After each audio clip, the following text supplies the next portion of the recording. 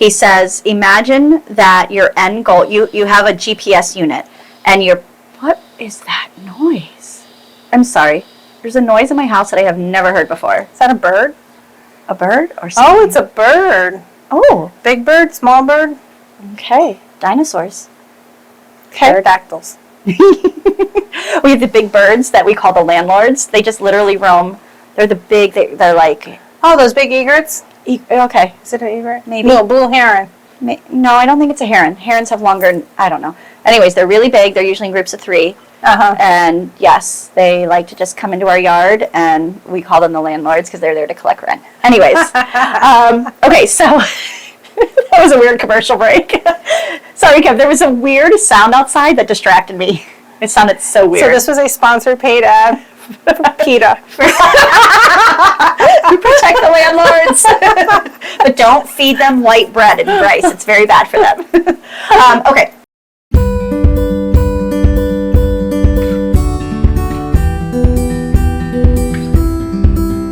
Hey, y'all. Hey, guys. Welcome to another episode of Books and Booze. I'm Leilani. And I am Kristen. And we created this podcast together to take you on a journey with us of literature and libations to kind of show you how, I don't know, as business owners, we just lay back and have fun. Yeah, business can be fun. Let our hair out, have a good time, and let you guys see how we just go and enjoy ourselves while also enjoying a good book and having good conversation. I'm so excited about this, Jen.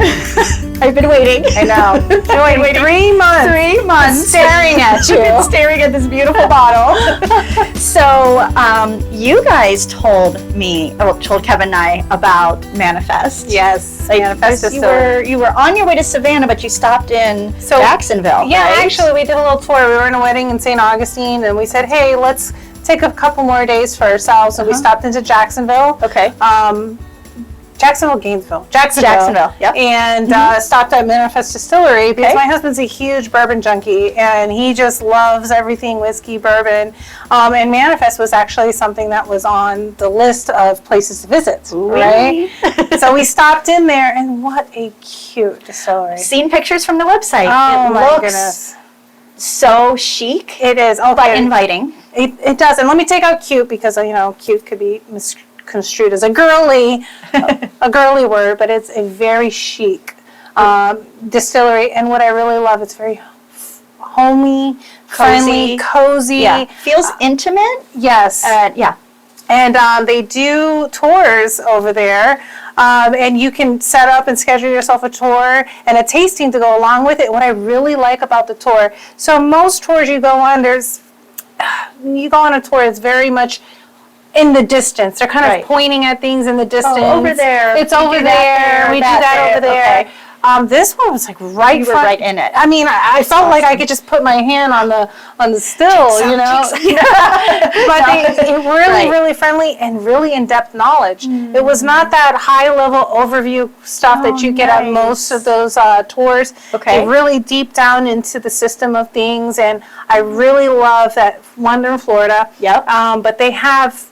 For example, this is an aged gin, right? So excited. They've got a citrus aged gin, and they've got various takes of. I think my husband told me that they have 100 proof or 100% rye whiskey that they actually distill. Oh, something to do this fall, maybe. I definitely 100% on site, maybe. 100% recommend going out there. Manifest Distilling, we're coming for you. We're so excited. So I've been waiting to try this, and our amazing husbands off camera are kind of going to try this with us too. Yeah, although you and Danny tried this exact one. Okay. Yes, all right. We did. Well, I'm so excited to do this because it smells.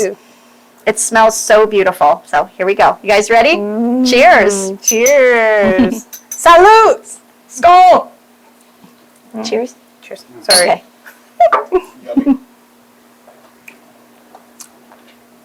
Oh, so good. So worth the wait. So worth the wait, right? I mean, you get the juniper in there. Definitely. And citrus. It's bright, and it's really like a beautiful bouquet of flavors.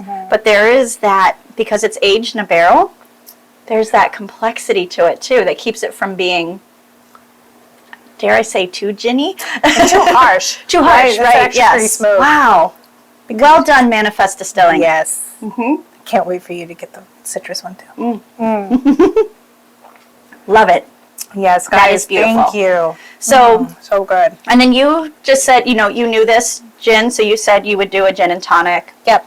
I still have that basil tree in my backyard, so, and then citrus, of course, and I'm just doing vodka soda, or gin and soda. I'm just doing gin and soda. So, cheers, my friend. Well, that's going to be dangerous. So Goes good. down so easy. So good. All right. So, a little bit more about the distillery. It was founded in 2016. So, and I think David Cohen is the founder of it, and then he brought 3 partners in with him.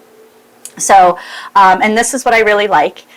He has a strong belief in collaboration and letting the spirits do the talking. He nailed it. Totally. He nailed it. I love when you said collaboration, because there is a very unique collaboration of spices that you feel through this gin. And so he nailed it. Congratulations. Your partners you collaborated with, congrats. And congratulations on actually coming up with a really good product. And Very it does speak delicious. for itself. Yep. And on a hot summer July day, Yep. this is it's perfect. Oh yeah. Yeah. This is going to be with me in my pool. Let's do it. All right. So tell us about the book that you picked for July. What are yes. we reading the next few weeks? So we will be going over Infinite Possibilities by Mike Dooley. Mike Dooley, he is an author, part of the New Thought era. And please remind me if you can, who is the author, the lady from The Secret? We talked about this. I forget her name too. It's okay. Well, guys, whoever that out, The Kev. Secret, he actually helped. He was in it. Co-authored, I think, parts of the Secret. And Bob Proctor, several. Yep. And it's funny, I love that this book is coming right after we just did The Science of Getting Rich, because that's really where some of the New Thought movement really blossomed, at least in industrial America. Yeah. So here we see this continuation of how to think differently. Yeah, manifestation, how absolutely. you can manifest your life, how to live intentionally versus default, how to reach your goals, not through, just doing an action, but actually putting drive and desire behind Absolutely. it. Yeah. So this will be exciting. This is a lot of the other books, other than I think Think and Grow Rich, a lot of our other books have really been a little more either methodical, like business method, or business reasoning mindset. Now this one is very easy to read into for how you could adopt everything in here for a business. But this is, he didn't necessarily write this with a business lens. Yes. Right, because he goes into chapters where he talks about, you want, a special relationship in your life, or you want a new career. So he really, it's an overall, mind shift book. But what I really appreciated is, at least in the anniversary edition, Bob Proctor wrote a foreword in it. And I had been following Bob Proctor for a while, because he also does a lot of lessons and training around manifesting and things like that. And he was also in The Secret. And apparently they ran into each other at the airport. Isn't that funny? But we're never on set together at The Secret. So when they ran into each other, Mike had to introduce himself. And that was kind of the start of their relationship. Isn't that funny? When it's meant to be, when it's meant to be, exactly. Yeah. Well, like attracts like. Exactly. Right? Yep. So a few other neat things about Mike. Yes, you were absolutely right. Author in the New Thought movement. He started out his career in finance. Right? He went to school for that. When he first graduated, I think even had a hard time landing a job. Yeah. Had to work somewhere for much less than really what he should be getting with his degree. But it then eventually led him to PricewaterhouseCoopers. Yeah, he's like, I wasn't the mailroom per se, but it was kind of like the mailroom level, clerk yes. journey that you hear about, where couldn't find anything, so he took anything, and then it just led him on his own path. Let doors opened a few months later. And so he was a national tax specialist. And got to travel the world. I mean, some people would say that he had the dream life then, because he was living, I feel like, Dubai or Saudi Arabia. I think it was Saudi Arabia. Yeah, and had banked a lot of accrued vacation time, was able to take a couple months off. Yep. I'm like, this is crazy. Yeah, he's getting all expense paid trips around the world through his company, and he has a bunch of PTO that he doesn't need to use, because when you're traveling around and your company's paying for it, you find ways to entertain yourself on the company's dollar, right? Sure. So here in Orlando, we see that a lot, because industries will come, and Kevin was in the hospitality industry for a while, so we would be at where he would work sometimes, and there would be whole groups just coming in, and their dinners are paid for by the company, and it's important to network, of course, but I mean, they network with a lot of booze. See, business can be fun, guys. Business can be fun, exactly. So I would dare say there are people, depending on what their passion and dream is, really saw his life then as probably the dream life. Well, I just imagine it's like social media, right? You're going to put all those pictures of you traveling, riding in first class, going to these networking events, and everyone's going to think you are living the dream, right? Sure. But it wasn't a dream for him. Well, I think every time he hit a milestone, it felt like the dream until you desire something else. Sure. And he does get into that in his book too. But from a gratitude standpoint. Yes. But then he started TUT, which originally stood for Totally Unique T-shirts. And right here in Orlando, Florida. So Mike, hi, we're your neighbors. Not literally. I don't know where he lives. It sounds like Winter Park, according to the book. Right? He's probably, maybe. We'll get Dr. Phillips, maybe. We'll get into it later, but he talks about some visualization stuff he walking did. through neighborhoods with the beautiful homes. But it was right there in Winter Park, so if he's visualizing Winter Park and he's doing what he's doing here, he's probably could be there. Could be there. Yeah. But so Totally Unique T-shirts for TUT, and they had T-shirts and gift items, and then I think things just kind of evolved. I think he really came into a confidence, and he was raised, I think he said Catholic, specifically. Mm-hmm. Yeah. So, he was definitely raised to believe that there was a higher being out there, and he had to do his prayers and things like that, and there was, meaning through this being and everything like that. But I think he shares in this book several things that shifted for him, and he still does certainly acknowledge this book is still it is a spiritual book for sure. It is, yes. So, and I love it, and I'm like, part of me is like scared to do it for a business perspective, but part of me is like thrilled, because he talks about like being legitimately who you are. So if even just, you hear about people manifesting and the belief of manifesting and just being connected and grateful for the abundance in the universe, then this is going to be an amazing tool for you and give you some perspective for somebody who is 10,000% all in. Yes. Right? Yeah. And I think that was kind of what attracted me to the book too. It has a spiritual lens to it, but there's a lot of that happening right now. Oh, definitely. Well, just in general, people are always like, well, business is business, personal is personal. Until I met someone who made me realize that is a limiting belief that I have been taught and telling myself. Stories we tell ourselves. Yes, so business is business, right? Mm-hmm. However, the success of your business really is dictated on how well and sound your personal life is. Mm-hmm. And your vision is aligned to your core beliefs. And yes, and your spiritual side too. You have to feed the spiritual side of yourself. And this person introduced me to this book, and that was an eye-opener, because I didn't grow up in a religious household. So for me, I was reading something which was helpful for me in a way, because it wasn't just saying, here's the Bible, Sure. And leave it up to your own interpretation. Sure. Here's thing, and it felt aligned for me, because of certain situations that I've come across in my life. They have come to fruition because I didn't know I was already doing a lot of the things in this book. And what I love, and because of reading this book, I dug into Mike's realm on YouTube, and it really is so inspiring. I haven't been on it yet. Oh my goodness. I'm going to have to go check it out now. Yes. You can either look up him or TUT, which I wonder if it's officially changed, but TUT could also, I've seen it a few places where it says the universe talks, the universe to YouTube. Yeah, that's because cool. So his t-shirt business evolved, and then I think he had kind of a breakthrough moment, and I know this is later in the book, but he was told that dolphins needed to be on the products, and dolphins with the poem. Well, because they did their research, right? If you're going to offer a product, you want to do some sort of development and research to make sure that the product you're offering, there will be a demand for it. So someone went and said, well, there's a demand for dolphins, and dolphins saying cute little poems, right? Or saying... Or inspirational things. Something like that. And poem after poem flopped until he himself put his heart into it. You channeled it. Channeled it. And that was another... He shares so many of his unlocks along the journey.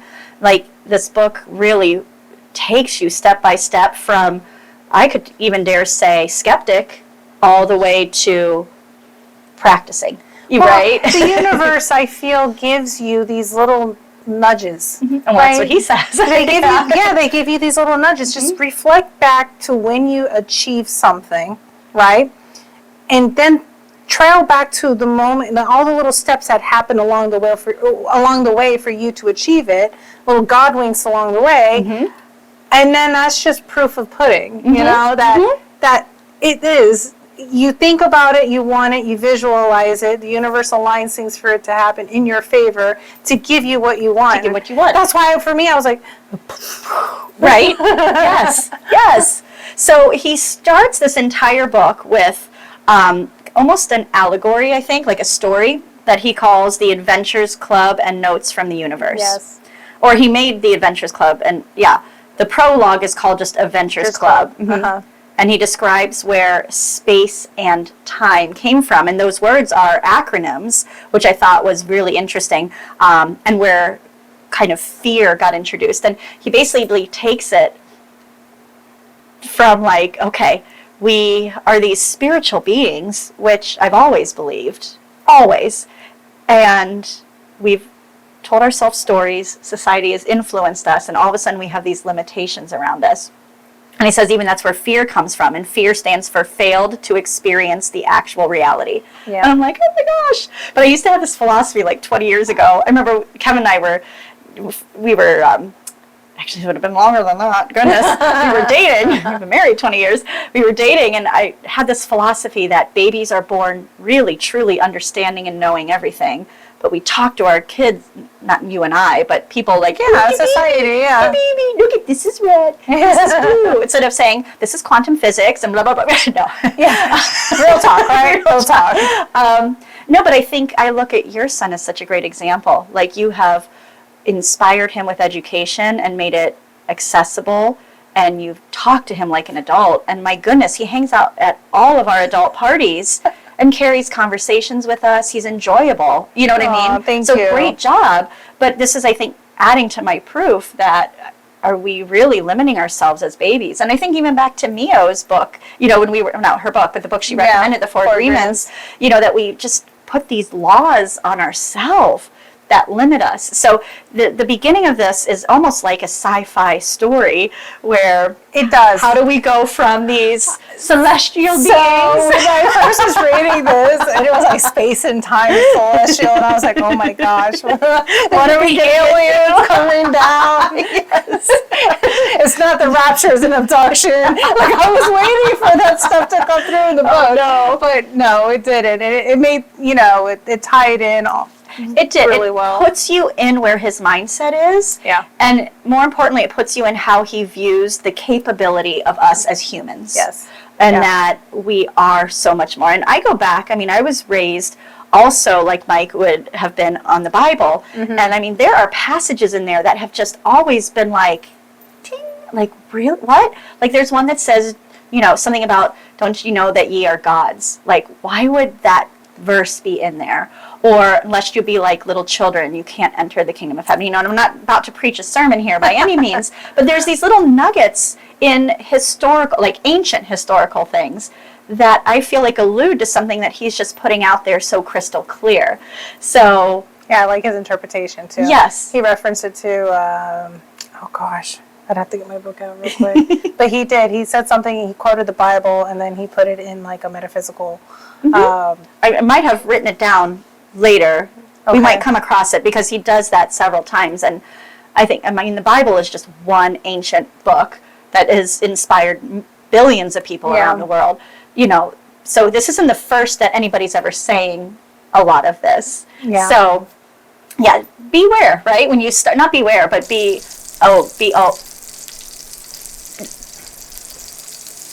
let it be known that when you start this book, it will start very fantastical, right? But I think it paints the picture of what he believes.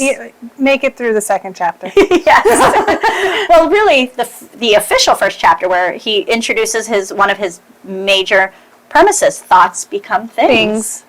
Yes. You know, thoughts become things, but the way it's told in the book, if you're not anticipating it, if you're not there yet, if you're not there yet, it's almost like when you're watching a good series, you just say, get through the pilot. Okay, get through the first chapter. That's the pilot, right? It'll catch your attention, and you know, it just know it gets even more interesting with the further totally episodes. does. In this case, the further it totally chapters. does. And I was actually at this point where, you know, he talks about how capable humans are to think something and want something and manifest it. Yeah. And like, as I'm finishing reading that first the epilogue and then going into the first chapter, I'm hearing like that Ariana Grande song, Seven Rings, right? I see it. I like it. I want it. I got it. Like, yeah. So true, though. It is true. Like, I want it. I got it. I want it. I got it. Yeah, that's so true, though. So, yes, the beginning of the book, once you get through the epilogue of space and time and fear and the celestial beings and the great adventurer, is that thoughts become things. And he really digs into this. And it starts young for him. He remembers when he was horseback riding. Yeah. And he came in last place. Yeah. And he asked his mom, how do I come in? Or how do I win? How do I get better? Yeah. And his mom gave him a couple of physical advices, like you needed to like put your heels down or so. I don't know. Trot better or something like that. Right? Yeah. But she also said, because she was probably a devout Catholic because of how he was raised, said to pray that God, helps you win. Every night pray. Yeah. So even at a young age there, putting something out there of what your desire was taught to him. And when myself being raised religious, true, like you pray, and even the Bible says, ask and ye shall receive, knock and the door shall be opened. So this is... he's feeding to the same thing, and as we continue on, he gives certain exercises to do on a daily basis, which, could be prayer. Absolutely. If you think the exercises he's talking about, it's the same energy put forth, right? So if you're praying every night for your own welfare, the welfare of your family, health, anything else, when you're praying for these things, you're meditating on it. You're meditating on it. Focused on it. Your vibration is focused on that, and I dare say maybe a little bit of visualizations happening if you're intensely praying.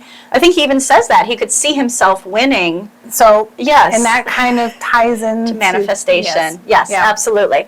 So he also kind of gave the example where thoughts become things when he had gotten to a point where he finally was working for this prestigious PricewaterhouseCoopers. Yeah. But it wasn't going as glamorous as he thought, right? He was really struggling. So he achieved one goal, which is getting into a prestigious... and the pay apparently was amazing too. He was so excited. But the manifestation happened. The goal was there, but now what? I don't think he ever thought or visualized about being successful at it. Right. Because that's what ended up happening, right? Yes, so he had to... I think he said he laid down on the couch and, for a couple weeks he was just constantly seeing himself walking through the halls, knowing everybody. People were glad to see him. And a few months later, he got transferred to the tax department. Which was, for him, he was like, the tax department? Well, I think it was everybody else would have said, what the heck with that? Like, it was not a good was it thing. him? I thought it was, he was kind of like, oh. Maybe it was. But anyways, it turned out to be... like they loved him. Yeah, he excelled. And he clearly excelled because that's what catapulted his international career with it. Exactly. So this is where he starts, with his being aware of thoughts, thinking on what it is that you want, become things. Yeah. So, we are Saige consultants. How does this translate to business? Oh, well, if whatever it is that you really want out of your business, visualize on it, meditate on it, think about it. Thinking on it, right? Put it out there as a desire and raise your vibration towards it, and you will manifest that. I mean, I've had that happen to me, man, multiple times. And even my origin story of Be Chic was all about visualization. Actually, I have one. I remember working, was for a mortgage servicing company. And I remember one day I got to work from home, right? So it was, I had my email login. I would logged into from my laptop at my home, and I was like, man, this is the coolest thing ever. I get to work from home. I want to do this all the time. And it started then. Oh my gosh, I have chills for you. I said, I would love to do this all the time. This is the coolest thing. I was able to stop and start whenever I needed to. I could pause it, go get my son from school, come back. But it was the best thing ever. And I said, this is what I want to do. Now, what I didn't understand is that the universe gave me all of that, but I had to go through a certain shift. I had to get laid off. I had to go. There was a bunch of things that happened in order for me to get that actual to actually manifest that dream. So that's so interesting that you said that, because after reading, part of this book, then I'm following Mike on YouTube and jumping on his various pre-posted podcasts or whatever they're called. But anyways, there was one that he did in the midst of COVID, and he was really so inspirational, because everybody right then and there is like, what's happening? They were panicking. And he was just so like positive and calm, but energetic. Like it's I really say you got to check out his channel. I'm gonna have to. But he was describing manifesting in a way that for me made the most sense ever. I log on to his channel and I'm watching, and he describes manifestation a lot like putting your ultimate passion and your dream and your goal into a GPS. Yeah. And I mean, for those of you under 25 years old, GPS was this little unit before we had smartphones that you would put in an address. It's Google Maps. Yeah. On a little device that you just stuck to this little thing in your car, and it would tell you where to go. And the great thing was, if you didn't update it and there was a new road, it would literally have you going through the water, thinking you were driving through the water on the map. But anyways, he says, when you put coordinates into GPS, you don't tell GPS the exact route you want to take. You just say, here's where I want to end up, here's where I'm at. Point A, there's point B, get me there. It will pick the best route for you. Yeah. And I was like, a lot of us tend to, and Mike really gets into this in further chapters, he really walks you through being patient and letting the universe take you through the best route. Absolutely. And I like I don't know if he talks about it or it was maybe Abraham Hicks, but the route that it chooses for you, okay, is sometimes not the route you would have chose for yourself. Sure. Okay? Because if I could have chose not to be laid off, I would have chose that 100%. But now in hindsight, it's the best thing for you. I enjoy that journey completely. I think when major, and I think I like to think of them as trajectory shifts happen. When those major trajectory shifts happen, that's the juiciest part of life. Okay, those are when the best things happen. So if you're going through right now, if you're struggling, you're struggling to pay your rent, your car note, or you've just got laid off from your job, you don't know what's happening, or maybe you found out you were sick with some sort of illness that you're really scared. Just know in those moments, huge things are happening for you and not against you. Those are shifts that are happening in your life right now to get you on the path of what your greatest desire is. And that, I think, was some of the hardest things for me to understand. And even today, guys, I go through struggles, and I have those moments where I'm just like, man, come on, why? Yeah. What did I think wrong to get me here? Right? Because now knowing what I know, I started going into guilt. Like, what did I think wrong to put me here? Maybe I need to think with default things, because I didn't want to go down this path.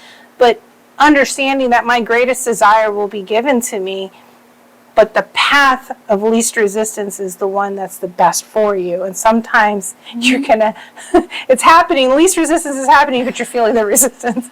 Well, I just think, too, don't we grow stronger when we pass through challenges? Oh, yeah. Don't we truly evolve and grow? When everything's easy, we don't really grow that much. You're not learning We're not through those preparing experiences. for what it is that we want. And I like how you brought that up about preparing, because I think some of the biggest struggles as well is those big trajectory shifts that are happening for you because there is a lesson that needed to be learned in that moment that you will carry forward that will lead you to your greatest desire. Absolutely. So, yes. This is going to be a great book. All right, friends. We're going to pause here. Going to refill our drinks. And we barely got through the first chapter here. So I know. So good, though. But we're going to go take a commercial break. Commercial break. Yep.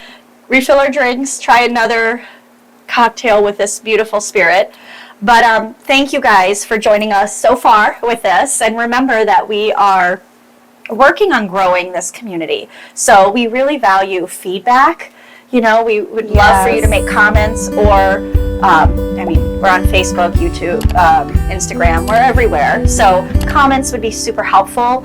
We want to know what you like, what we could do better. Yes. Please share with us, too, what you feel like was most inspirational for you. Yep, absolutely. Right? Like, share, subscribe, do all of those great things. Especially share. Share. Spread the love. Spread the love. And let's get back to what YouTube was meant for, right? So share us, help us, grow us, and comment so we know how to improve us. Yes. And in the meantime, hey, grab a good book. Get some great booze. And grab an amazing buddy to share it with. Cheers, my friend. All right, y'all. To the next one, guys. Bye. Gosh, the gin is so good. It is good. Oh, Lord.